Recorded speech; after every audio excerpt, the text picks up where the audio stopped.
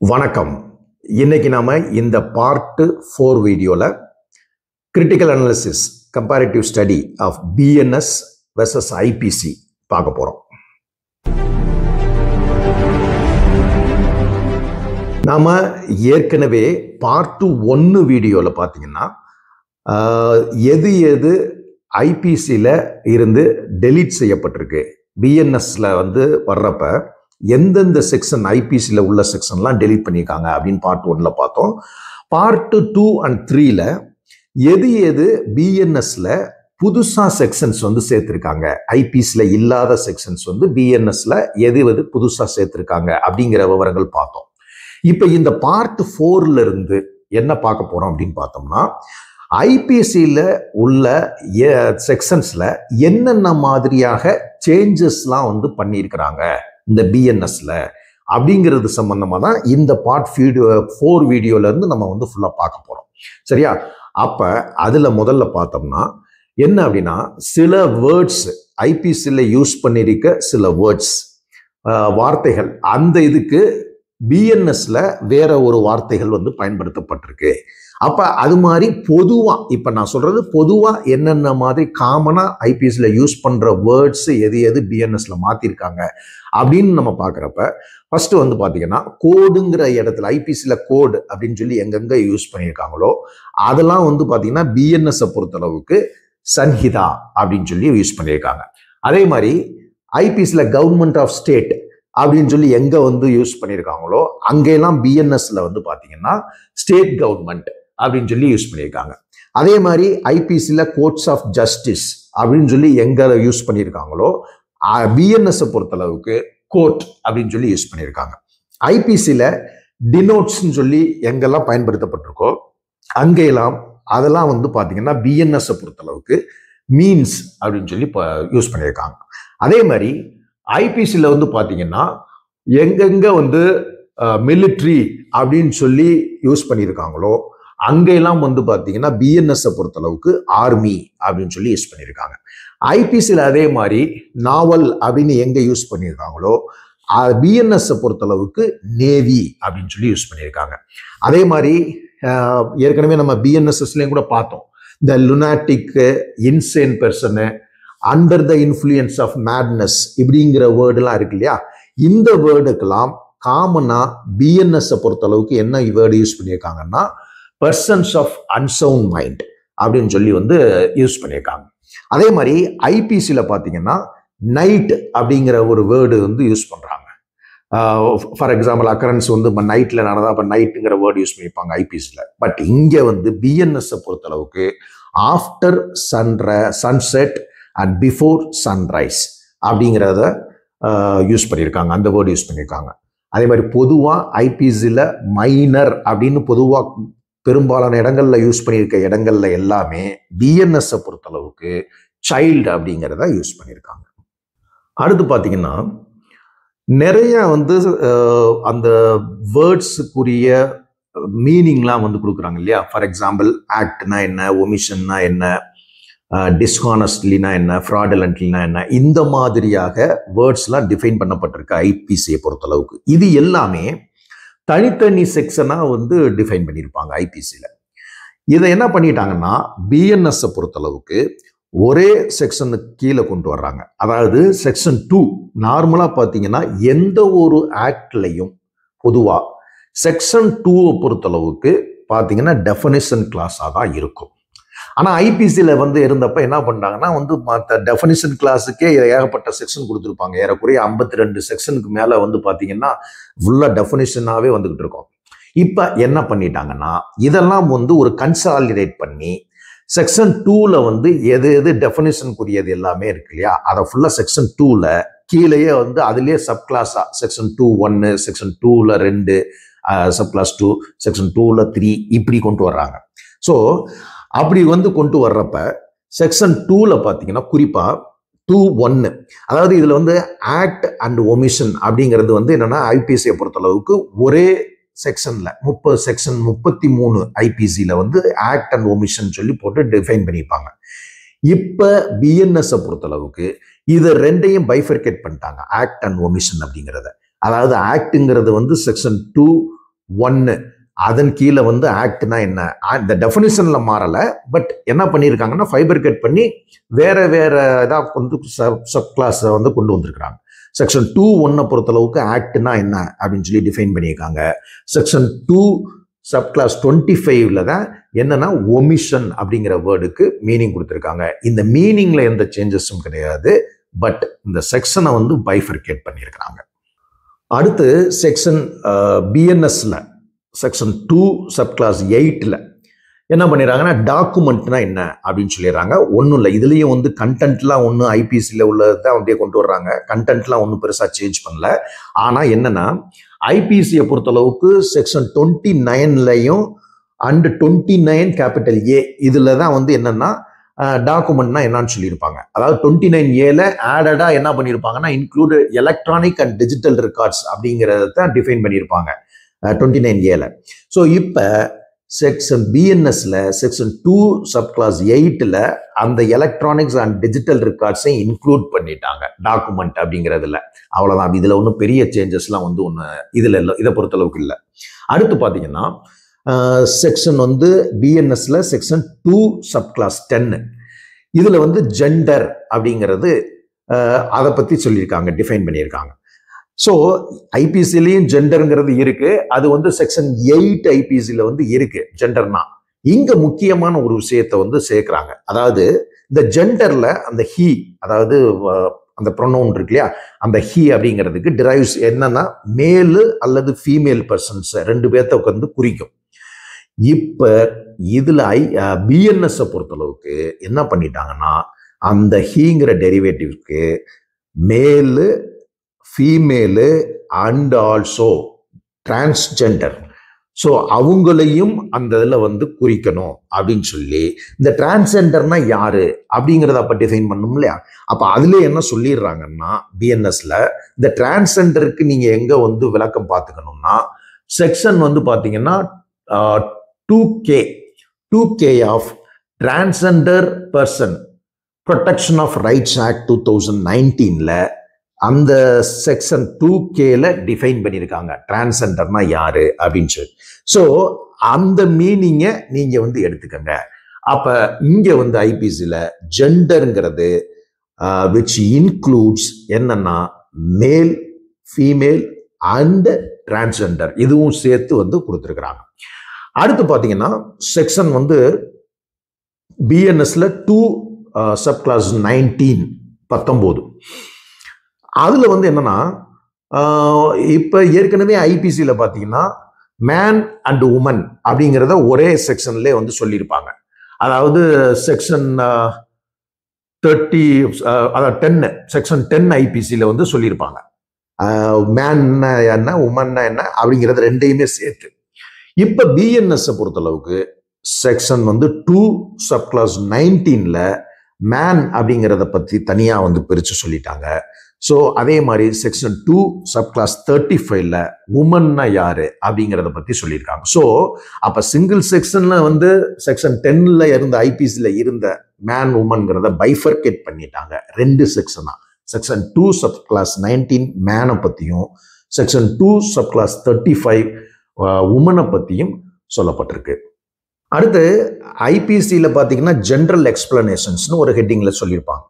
So அது வந்து பார்த்தீங்கன்னா செக்ஷன் ஐபிசியை பொறுத்தளவுக்கு செக்ஷன் 7A 6, 7, 27, 32 அதே மாதிரி 34 to 38 இதெல்லாம் வந்து என்ன பண்ணியிருக்காங்கன்னா இந்த செக்ஷன்ல சொன்ன விஷயங்கள் அனைத்தையும் பிஎன்எஸ் பொறுத்தளவுக்கு கம்பைன் பண்ணி என்ன பண்ணிட்டாங்கன்னா பிஎன்எஸ் பொறுத்தளவுக்கு செக்ஷன் 3 அப்படிங்கிறதுல கீழே சப் கிளாஸஸாக கொண்டு வந்துட்டாங்க.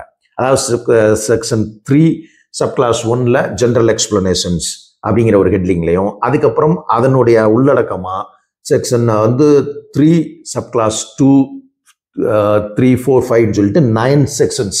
ஸோ அப்ப செக்ஷன் 3க்குள்ளேயே 1 to 9 சப் கிளாஸஸ்ல இந்த ஜென்ரல் எக்ஸ்பிளனேஷன்ஸ் அப்படிங்கிற விவரங்களை பத்தி ஃபுல்லா அதிலே உள்ளடக்கி கொண்டு வந்திருக்காங்க.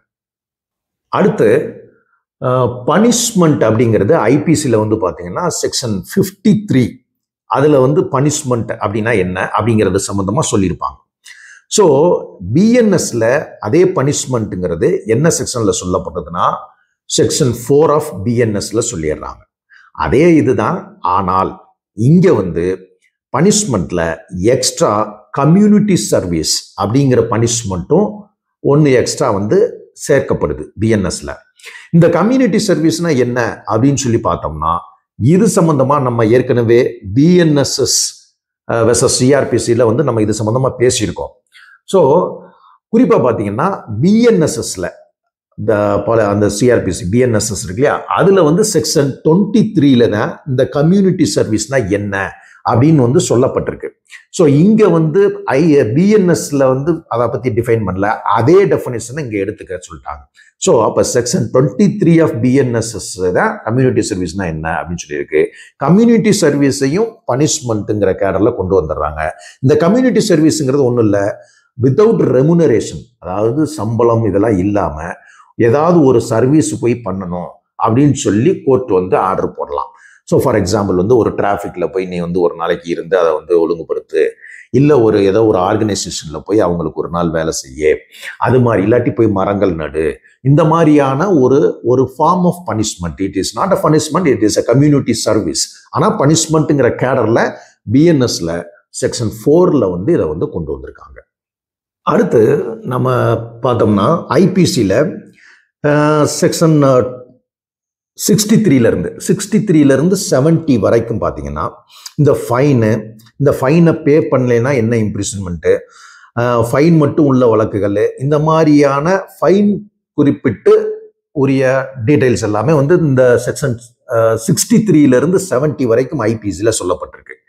இப்போ என்ன பண்ணுறாங்கன்னா பிஎன்எஸ்ஸை பொறுத்தளவுக்கு செக்ஷன் 8 அப்படிங்கிறதுல இந்த ஃபைன் அதனுடைய ரெலவெண்ட் ப்ரொவிஷன்ஸ் எல்லாத்தையும் செக்ஷன் 8 சப்கிளாஸ் 1லேருந்து 7 வரைக்கும் அந்த இதுக்குள்ளே வந்து கம்பைன் பண்ணி கன்சாலிடேட் பண்ணி ஃபைன்கிற டீட்டெயில்ஸ் எல்லாமே அதில் வந்து கொண்டு வந்துடுறாங்க.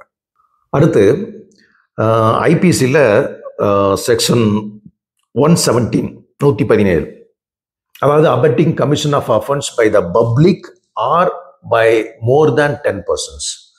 ஸோ ஒரு பப்ளிக்கோ அல்லது மோர் தேன் 10 persons வந்து ஒரு கமிஷன் ஆஃப் அஃபென்ஸை தூண்டி விடுறாங்கன்னு வச்சுக்கோங்க, ஏதோ ஒரு அஃபென்ஸை. ஸோ அது வந்து பனிஷ்மெண்ட் பார்த்தீங்கன்னா வந்து 3 years இருந்தது. இப்போ அந்த பனிஷ்மெண்ட்டை 3 yearsலேருந்து 7 yearsஸாக வந்து இன்க்ரீஸ் பண்ணியிருக்காங்க. அது எதில் பண்ணியிருக்காங்கன்னா பிஎன்எஸ் செக்ஷன் 57 ஆஃப் பிஎன்எஸ்ல பனிஷ்மெண்ட்டை மட்டும் என்ன பண்ணியிருக்காங்கன்னா 3 வருஷத்துலேருந்து 7 வருஷமா இன்க்ரீஸ் பண்ணியிருக்காங்க. அதே மாதிரி அடுத்து பார்த்தீங்கன்னா ஐபிசியை பொறுத்தளவுக்கு இன்னொரு முக்கியமான செக்ஷன் வந்து அந்த 120A and 120B capital B. So இந்த செக்ஷன்ல தான் அந்த கிரிமினல் கான்ஸ்பிரசினா என்ன அப்படின்னு டிஃபைன் பண்ணியிருப்பாங்க. கிரிமினல் கான்ஸ்பிரசிக்கு என்ன பனிஷ்மெண்ட் அப்படிங்கிறது சம்பந்தமா சொல்லியிருப்பாங்க. இந்த 2 செக்ஷனையும், அதாவது 120A 120B ஐபிசி செக்ஷனை பிஎன்எஸ் பொறுத்தளவுக்கு 61ல கொண்டு வர்றாங்க. 61 சப் கிளாஸ் ஏ அது வந்து அந்த டெஃபினிஷனையும் 61 பிஎன்எஸ் சப் கிளாஸ் 2 அதுல வந்து பாத்தீங்கன்னா அந்த கான்ஸ்பிரசிக்குரிய பனிஷ்மெண்ட்டும் சொல்லப்பட்டிருக்கு. இதுல வேற ஒன்று கண்டென்ட் வைஸ் வந்து வேற ஒன்று பெருசா வந்து சேஞ்சஸ் வந்து கிடையாது. அடுத்து வந்து பாத்தீங்கன்னா இந்த ரேப்ல வந்து ஒரு முக்கியமான வந்து ஒரு பாயிண்ட் வந்து சொல்றாங்க. ஏன்னா பிகாஸ் வந்து இப்போ போக்சோ ஆக்ட் வந்துருச்சு, சைல்டு மேரேஜ் வந்து prohibition of child marriage act வந்துருச்சு. இந்த ஆக்டுக்கும் இந்த ஏற்கனவே உள்ள அந்த ரேப்புங்கிற அந்த செக்ஷனுக்கும் கொஞ்சம் கான்ட்ரடிக்ஷன்ஸ் வந்து நிறைய வந்துருச்சு. அதனால என்ன பண்ணிட்டாங்கன்னா இங்க வந்து ரேப்புங்கிறதுல டெஃபினிஷன் கிளாஸ்ல கொஞ்சம் ஒரு லைட்டா வந்து ஒரு சேஞ்சஸ் மட்டும் பண்ணியிருக்காங்க. அதாவது அந்த ஏஜ் ஆஃப் கன்சென்ட் வந்து அந்த ஐபிசியில் பார்த்தீங்கன்னா செக்ஷன் 375ல வந்து சொல்லியிருப்பாங்க. அந்த டெஃபினிஷன் கிளாஸ் ரேப்ல ஃபுல்லாக வந்து நிறைய டெஃபினிஷன்ஸ் வந்து சொல்லிட்டு வருவாங்க. அப்போ ஒரு குறிப்பிட்ட ஒரு இதில், அதாவது ஒருத்தர் வந்து அவருடைய மனைவி அதை 15 வயசுக்கு உட்பட்டு 15 வயசு இருக்கு மனைவிக்கு, இவர் வந்து அந்த மனைவி கூட செக்ஸ் வச்சுக்கிட்டா அதுவும் வந்து அஃபென்ஸ் அப்படிங்கிற கேட்டரில் தான் சொன்னாங்க. அப்போ என்ன மீனிங் ஆயிடுச்சுன்னா 15 to 18 வயசு, ஏன்னா மேஜருங்கிறது 18 வயசு. ஸோ அப்போ 15 to 18 வயசு அப்படிங்கிறது மனைவியோட கன்சென்ட்டோட வந்து செக்ஸ் வச்சுக்கிட்டா வந்து அப்போ ரேப் அப்படி இல்லை அப்படிங்கிற மாதிரியான ஒரு டெஃபினிஷன் கிளாஸ்ல வந்து அப்படி ஒரு இது வந்துருச்சு. ஸோ இது வந்து என்டையர்லி போக்சோ ஆக்டுக்கு வந்து ரொம்ப கான்ட்ரடிக்ஷனாக வர்றதுனால இப்போ என்ன பண்ணிட்டாங்கன்னா அந்த மாதிரி அந்த செக்ஷனையும் under the age of 15 years அப்படிங்கிறத எடுத்துட்டு அண்டர் த ஏஜ் ஆஃப் 18 இயர்ஸ்ன்னு கொண்டு வந்துட்டாங்க. ஸோ அப்போ ஒன்ஸ் வந்து மனைவியாவே இருந்தாலும் பிலோ 18 இயர்ஸ்க்கு இடையில செக்ஸ் வச்சுக்கிட்டா ஏன்னா அது ரேப்பு தான். அதுக்கு மேலே இருந்தால் மட்டும்தான் இட்ஸ் நாட் ஏ ரேப்பு அப்படிங்கிற மாதிரி கொண்டு வந்துட்டாங்க. அடுத்து வந்து பார்த்தீங்கன்னா அதாவது கேங் ரேப். இந்த கேங் ரேப் சம்பந்தமாக வந்து என்னன்னா 376D அதில் வந்து சொல்லியிருப்பாங்க ஐபிசியை பொறுத்தளவுக்கு. இங்கே வந்து என்ன பண்ணிடுறாங்கன்னா பிஎன்எஸ்ல 70 ஆஃப் பிஎன்எஸ் அதில் சப் கிளாஸ் 1 and 2ல அந்த கேங் ரேப் சம்பந்தமாக சொல்லிடுறாங்க.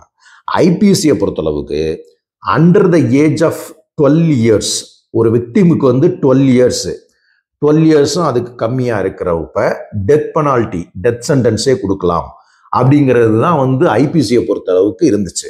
இப்போ இந்த பிஎன்எஸ்ல அந்த குறிப்பாக செக்ஷன் 70 சப் கிளாஸ் 2 பிஎன்எஸ்ல கிளியராக என்ன சொல்லிடுறாங்கன்னா even under the age of 18 years.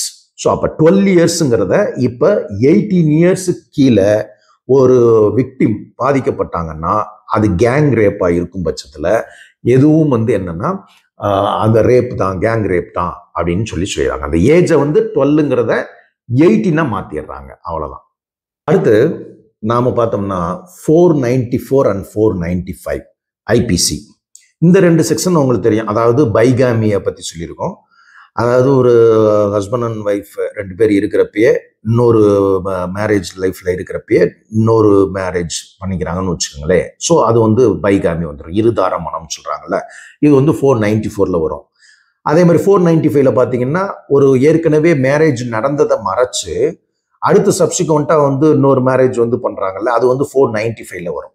So இந்த 2 செக்ஷன் 494 495 ஐபிசியை பிஎன்எஸ் பொறுத்தளவுக்கு 82 ஆஃப் பிஎன்எஸ் அப்படின்னு ஒரு செக்ஷன்ல கொண்டு வந்து 82 சப் கிளாஸ் 1 அது வந்து 494 அந்த பைகாமியை வந்து சொல்லுது.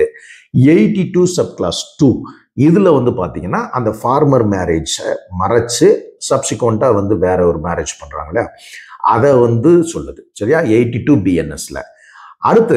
இதுக்கு அடுத்து பார்த்தோம்னா 498A இது வந்து ஒரு முக்கியமான செக்ஷன் தான். 498A இந்த 498A ஐபிசி இருக்கு இல்லையா, அதாவது husband cruelty, husband or relative of the husband subjecting her to cruelty, இதுதான் வந்து 498A. ஸோ இந்த 498A ஐபிஎஸ்சியை பைஃபர்கேட் பண்ணி ஒரு 2 செக்ஷனா இங்க பிஎன்எஸ்ல டிவைட் பண்றாங்க. எங்கன்னு பாத்தீங்கன்னா பிஎன்எஸ் பொறுத்தளவுக்கு section 85 of BNS 86 of BNS இதுல வந்து சொல்றாங்க. இந்த 85ல அந்த ஃபுல்லா என்ன பண்ணிடுறாங்கன்னா ஏற்கனவே 498ல சொல்ல விஷயங்களை சொல்லிடுறாங்க. பட் இந்த 86ல என்ன பண்றாங்கன்னா குரூவல்ட்டினா என்ன அப்படிங்கிறத வந்து ஒரு டிஃபைன் பண்றத என்ன பண்ணிடுறாங்கன்னா தனியா ஒரு செக்ஷன்ல பிஎன்எஸ் பொறுத்தளவுக்கு 86ல வந்து சொல்லியிருக்கிறாங்க. ஸோ இந்த பார்ட் 4 வீடியோல நம்ம அந்த ஐபிசிக்கும் அந்த பிஎன்எஸ்ல என்னென்ன மாதிரி சேஞ்சஸ்லாம் வந்து பிஎன்எஸ்ல பண்ணியிருக்காங்க அப்படிங்கிறது சம்பந்தமா பார்த்தோம். அடுத்து பார்ட் 5 வீடியோல இதனுடைய கண்டினியூட்டியை நம்ம பார்ப்போம். அதுவரை